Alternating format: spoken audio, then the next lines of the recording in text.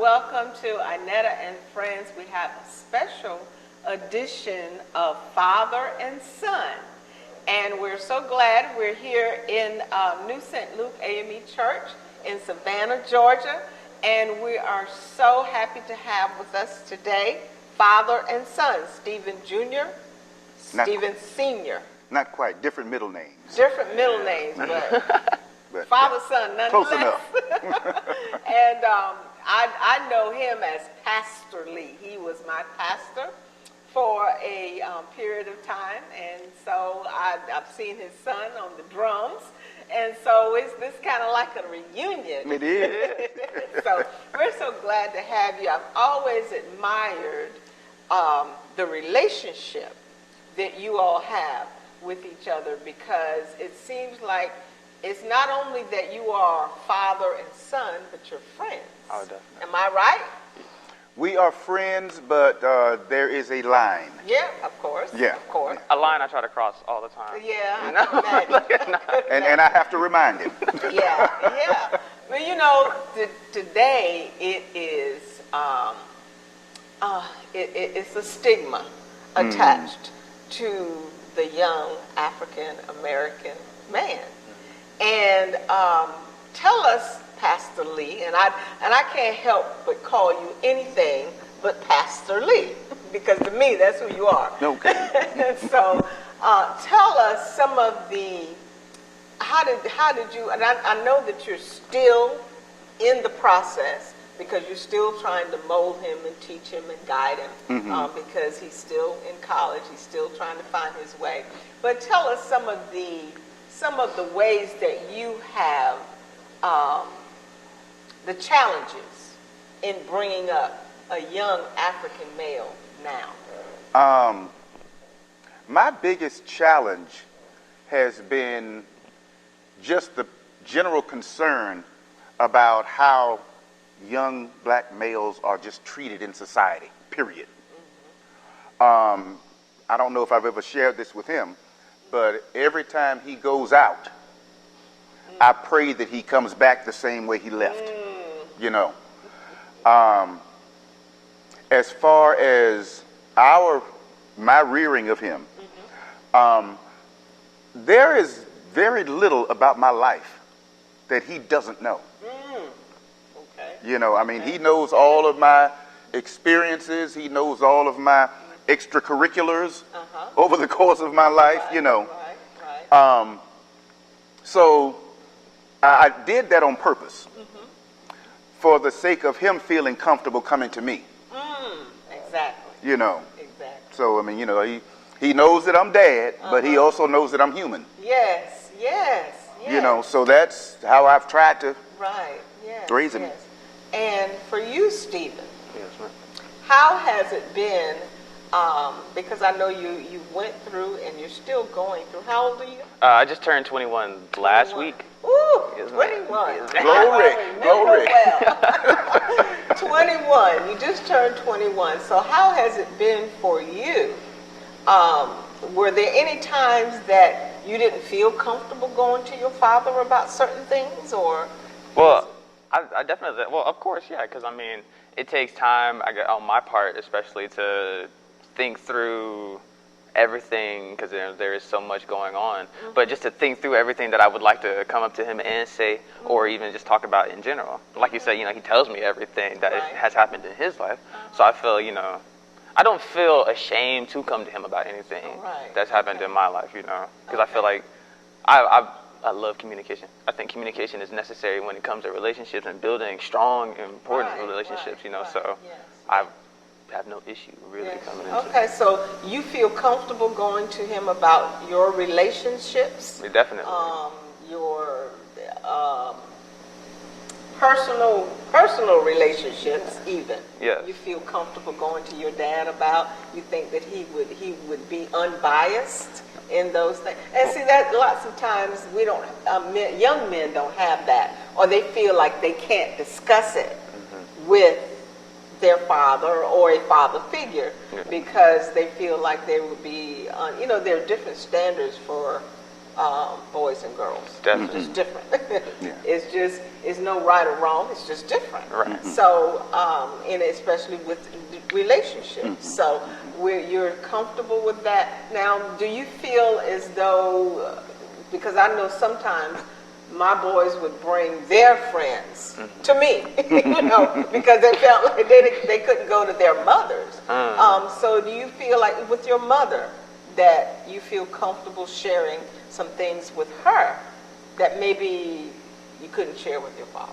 I would like to say I do definitely believe that I can share with either one in the same amount, But I also definitely think that, seeing as though they've experienced different things in their lives, they can also help me individually where one might not be able to properly understand it simply because they may have not experienced something like that, So even with my mom, the same with my dad, I love communication, so I love to communicate with her and experience or learn the things that she's experienced and hear from her what is necessary or what can happen in life and what I should take away from life. Yeah, because now I see that young people don't like to talk, and you do. Yeah. So that's key.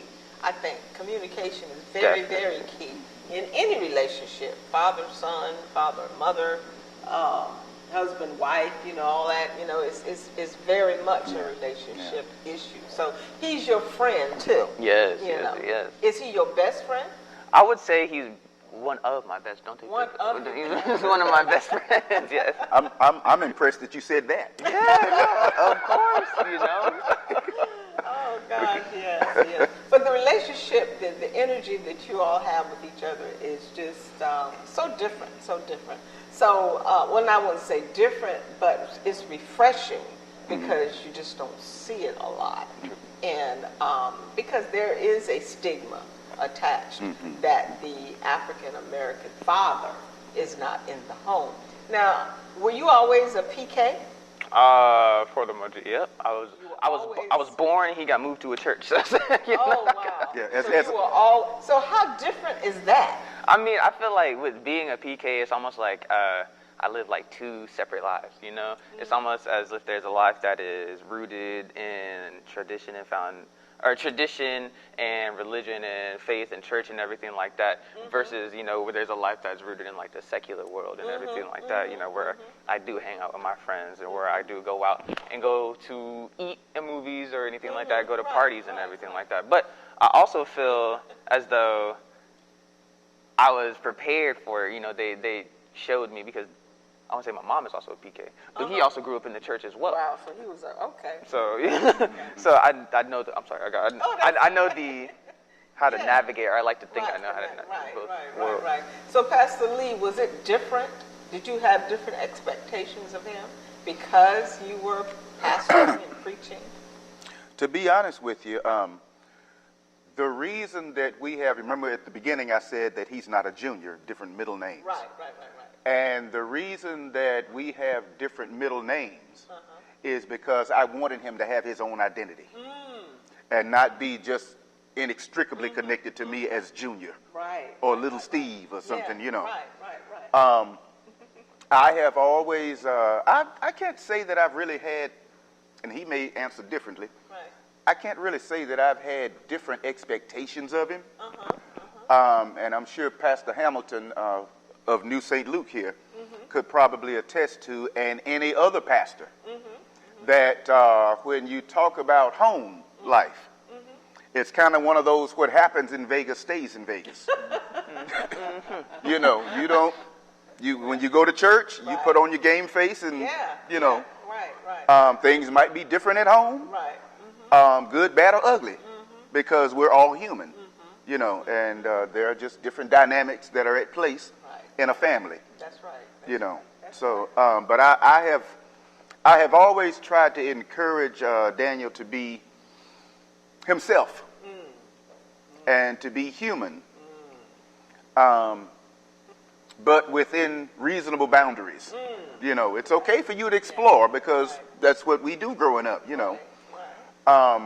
But just know that we're here for you. That's right. That's kind of how we've always been. Yeah, but it's Now that doesn't mean that sometimes he doesn't tick me off. I know. Yeah. But But it's all in love. Yeah, It's all in love. absolutely, Yeah. absolutely. Because I remember coming up, it was different when it was because I was brought up in church as well. I was a PK, didn't really know I was a PK. And for those of you who don't know what PK is, that's preacher's kid. Yeah. But it was different. It was a different standard that they were adhered to. And the PKs were the baddest, sneakiest kids there were. They did things that we wouldn't do. Right. Lord have mercy. And I was always told that, so I tried to, do the opposite, so that they wouldn't think of me as that way, Exactly. So like exactly. defying odds and expectations. So I wouldn't want people to look at me and automatically assume Yes, that I'm gonna be a terrible child. That's right. Even when they went to college, it was like they were the ones that were the ringleaders. They were the ones that, I'm free now. Right. I can just, so they were the ringleaders and everything. So but it's a little bit different now. It's a little bit more open. So thank goodness for that. Now, in this edition of Father and Son, when he was little, when he was like, just starting to walk and that sort of thing, when you looked at him and you knew that was your son, did you look at him and you say, okay, I know that he's going to be da-da-da-da-da-da-da? No. You didn't? I didn't. But what I did look at him, and what I realized was the nature of the love that God has for us. When I looked at him, laying in the little cradle or doing whatever, it hit me. And I'd been in the church, like I said, all my life. But it didn't hit me until I became a father myself. The nature of the love that God had for us. Wow. Or has for us. Has for us. Yes. Yeah. Wow. Because you can feel it. Mm-hmm. You actually be able to feel love, and it's different. It's like, if this is your child, this is someone that you made. And so that's how God looks at us. This is my creation. This is what I made, and this is why I love him so. And so when you experience that, you're like, okay, it's love. And it's unconditional love. Yes. It's no matter what they do, no matter what they become, you still love them. Even though you may admonish them, you still just like God does us. Yes. Yeah. It's unconditional love. And, absolute. Yeah, and sometimes all you can do is look at them and just say, wow. That's the only thing you can say. Yeah. Wow. Wow. Yes. Hopefully it's a good wow. But it's a good wow. Okay. We're going to take a short break, and we're going to come back, and we're going to talk more with this awesome father and son. Don't go anywhere. Stay right there. Inetta and Friends will be right back.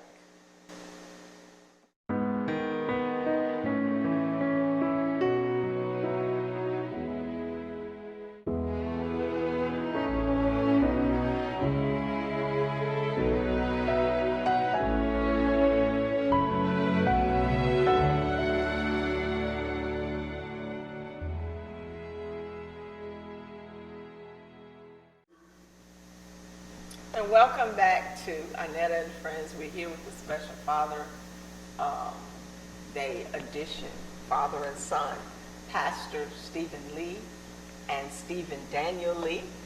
We're talking today. We're at the New St. Luke AME Church in Savannah, Georgia.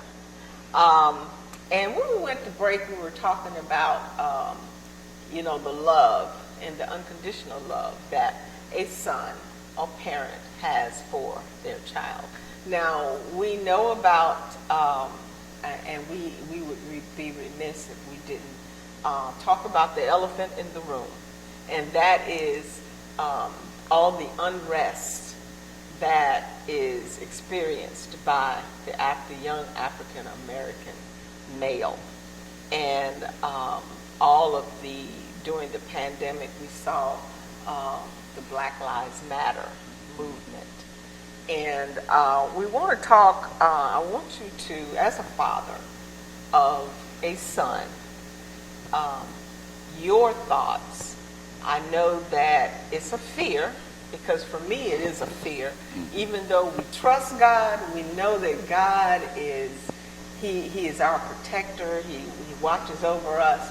It's still a fear. Talk to us a little bit about how you have a 21-year-old son right here. It's the perfect example of the target in the crosshairs. What are your feelings about that? Well, first of all, I'm thankful that he made it to 21. You know, because so many that we've seen in the news did not, as young as 12 years old. And I don't want to go into recent happenings. Right.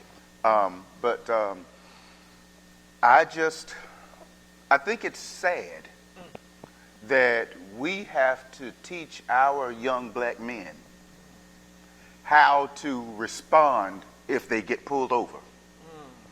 When their counterparts, and I've seen it, and you probably seen it too, Daniel, that their counterparts can talk to the police any kind of way. And if we just flinch, Yeah. it could be over, Yes. you know. Yes. Yes. So that is my, I won't say fear as much as concern, part concern, part anger. Yeah. You know, I mean, you talk about an angry black man, that kind of thing angers me, Yes. you know. Yes. And he's heard it before Yes. from me. Plenty of time. Plenty of time. And you wonder why we have to teach them how to de-escalate a situation when the one in authority Is the one who should de-escalate. be de-escalating, yes. But we have to talk to the young black men how to de-escalate. You know, because it can mean anything. I mean, you could throw your hands up, and that could be taken as a threat. You know. Yeah. So what do you do? How do you maneuver? How do you,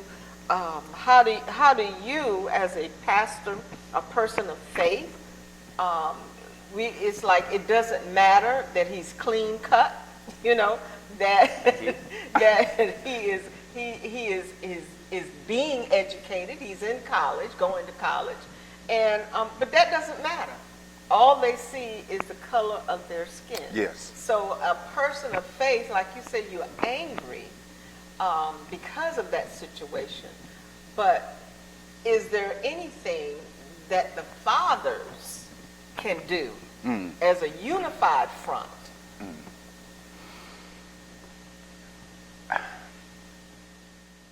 I think that we as fathers, and particularly in local churches, we need to be more intentional about fatherhood, if I'm making sense. Even if our children are grown and gone, there are plenty of young people in our respective communities that we can take under our wing who don't have father figures. Right. You know, you mentioned earlier about how, you know, there are some who have father figures, some who don't have father figures. You know, in the African Methodist Episcopal Church, there's a men's ministry, and you're familiar with it, called Sons of Allen. Yes. That is a vehicle by which we can reach out to kids who don't have, or young men who don't have a father figure in their life. You know. Exactly. As far as this one is concerned, all I can do, and I'll tell anybody, that you train them in the best way you know how, and trust God to cover them when they're out and about. That's all you can do. That's all you can do. That's all you can do. And try to warn them, try to, like you said earlier as well, you know, you're teaching them how to act if you get pulled over. And it's different, you know, but it's something that we have, you know, people don't understand why is it that we protest, why is it that we're angry. This is why. Because our counterparts don't experience that sort of, they don't experience like we experience. That we see that they're handed water or they're, coddled or, that kind of thing. You okay? That kind of thing. Yeah. But, Taken to Burger King after a mass killing. Yes. And then why are y'all so angry? This is why. Yeah. This is why. Yeah. So I understand the anger. I understand it. But I think we all need to go back, like the song said, we need to go back to the old landmark. Old landmark, yes. And we need to use the church or the church needs to be more of a vehicle, a training ground, a mentoring, to reaching out to the communities and try to, as we did in the past, I think we need to go back to that and be strategic as far, because this is a real issue. It really is. And it's not getting any better. See, that's the thing that angers me is all of the protests, all of the books that are being written, all of the shows that are talking about it, the news is talking about it. It does not seem to stop it. It does not seem to be even slowing down. It's speeding up, if anything.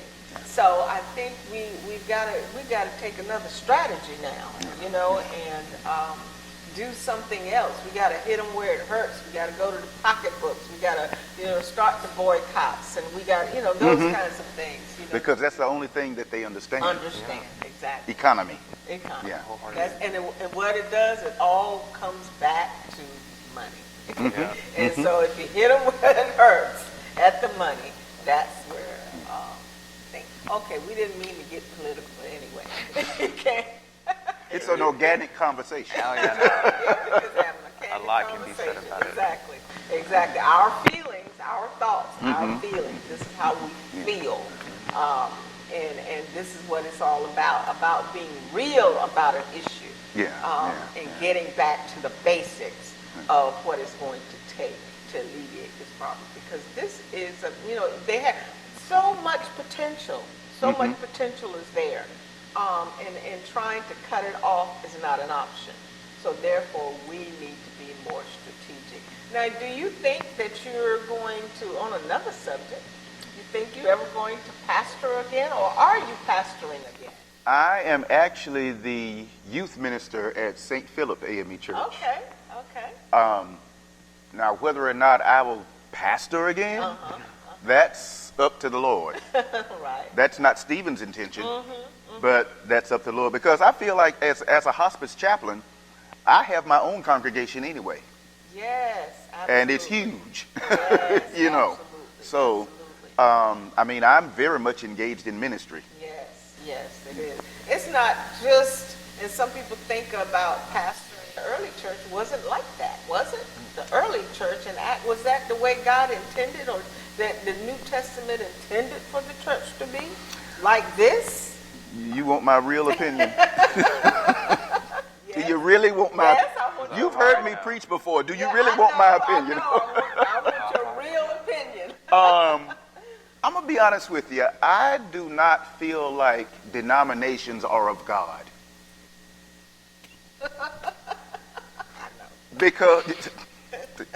Because denominations do nothing but create division. And God is not an author of division, nor confusion.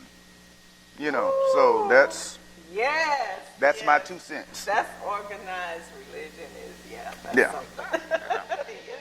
So now it's time for us to come together. So I believe that with everything that is in me. And I want to end this show with Daniel. I want Daniel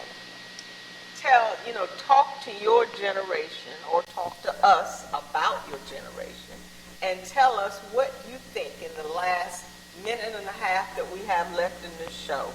What can we do to make it easier for your generation? What do y'all want? I can really only speak for myself, but I feel like one of the biggest things is we need y'all to be there, you know, and be aware, you know, because I feel so much. One of the biggest issues in the Black community is that there's not a real level of awareness, of like self-awareness, you know. I feel like we allow many things to control us when we have the full capability and power to change it within ourselves. So, you know, I mean, if to me, if that happens, I think we'd be set, you know. Okay.